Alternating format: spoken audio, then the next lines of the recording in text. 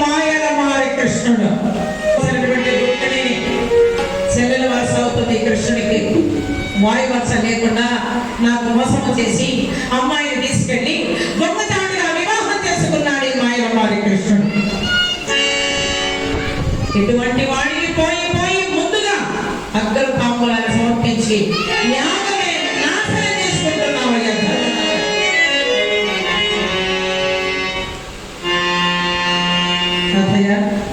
శిశుపాలను కూర్చోబెట్టండి. మేము పిలిస్తే వచ్చాము, మేము పిలిపించాము, వాళ్ళు వచ్చారు. పిలిపించి కూడా పోటాడుకుంటే ఇది సమంజసం కాదు తాతయ్య. యాగం జరిగినంత వరకు జనప్రాణ నష్టం లేకుండా కాపాడండి తాతయ్య. శాంతింపజేయండి, కూర్చోబెట్టండి శిశుపాలు అంటూ ఉంటే అక్కడే కూర్చున్నటువంటి భీముడికి ఎక్కడే కోపం చేసినాడు.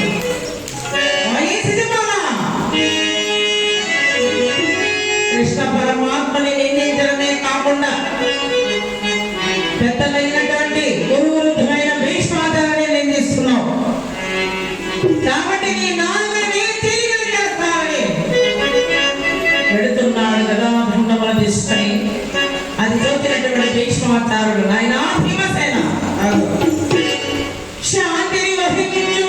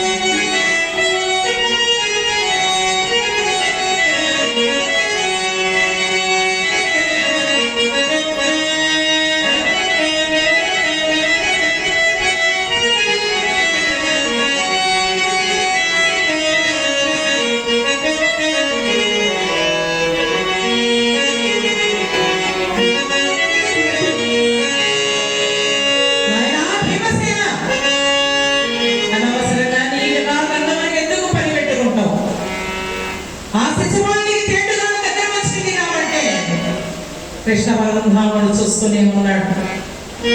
ఆయనకి ఇచ్చినటువంటి తాంబూలంలో ఒక్కొక్క తప్పుకి ఒక్కొక్క ఒక్కని పక్కన పెడుతూ వస్తూ ఉన్నాడు.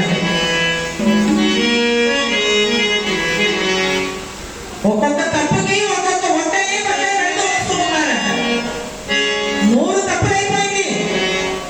101 తప్పుకి క్షమించలేకపోయాడు కృష్ణ పరమాత్మ.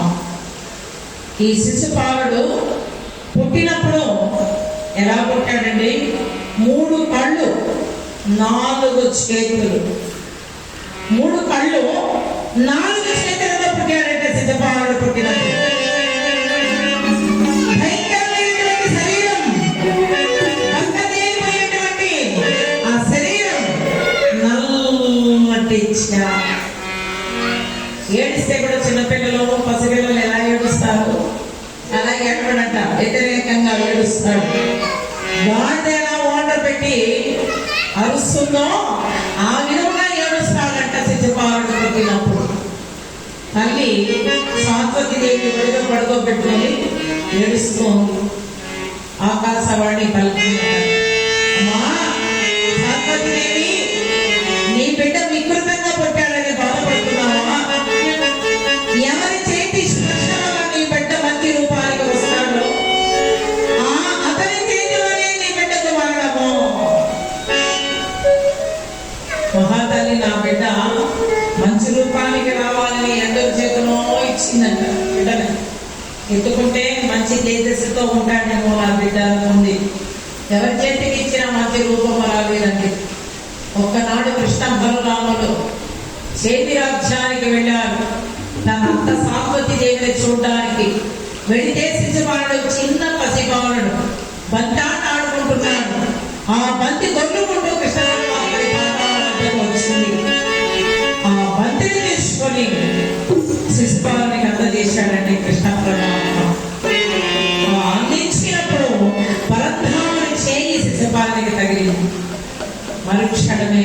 అపురూపమైన తేజస్సాన్ని వచ్చేసాడు శిశుపాలుడు.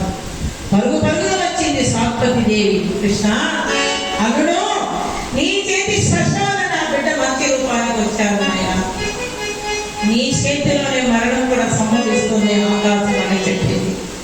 కాబట్టి నా బిడ్డను ఒక్క రోజుకి 100 తప్పులు దాకా క్షమిస్తాను అని నాకు మాటించి ఇస్తాడు కృష్ణ పరమాత్మ. ఆ కారణం చేత నా కొడుకు ఎందుకు 100 తప్పులు చేస్తాడు ఒక్కరోజు కనుకుంది పిచ్చి తల్లి.